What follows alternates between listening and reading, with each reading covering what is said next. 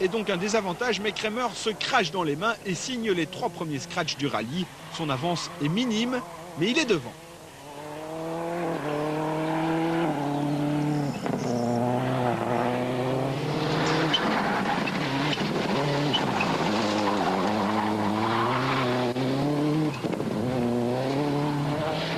Tönnissen tente bien de se battre, mais il ne peut rouler aussi vite que le pilote allemand. De plus, il rencontre quelques problèmes de frein et de suspension. Serkan Yaziki est un habitué de ce genre de terrain, mais ça fait longtemps qu'il n'a plus couru. Il prend donc un peu de temps pour retrouver ses marques lors de la première journée.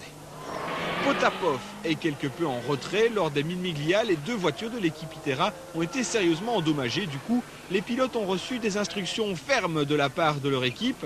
Rester prudents et surtout ne pas casser du bois. Toutefois, ils doivent marquer des points s'ils veulent rester dans la course pour le titre européen.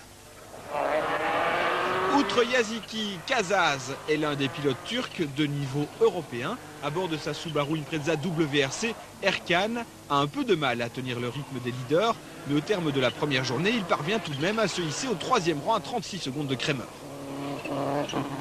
Lesnikov est le 2e pilote de l'équipe russe Itera. Alexander découvre ce rallye et il a un peu de mal. Il faut souligner tout de même qu'il est encore un débutant dans ce sport.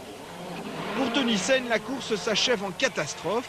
Un incendie se déclare dans le compartiment moteur de sa Toyota. Le pilote et son acolyte ont à peine le temps de s'extraire de l'habitacle et voici ce qu'il reste de la Toyota Corolla WRC.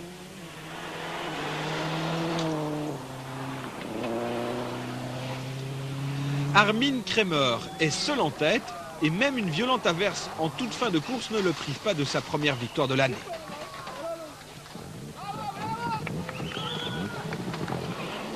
Serkan Yaziki termine 2e et 1er turc, un excellent résultat en vue de son championnat national. Finalement, Potapov monte sur le podium et marque ses premiers points européens. Tout s'est déroulé selon le plan prévu pour Armin Kremer, qui prend la tête du championnat d'Europe.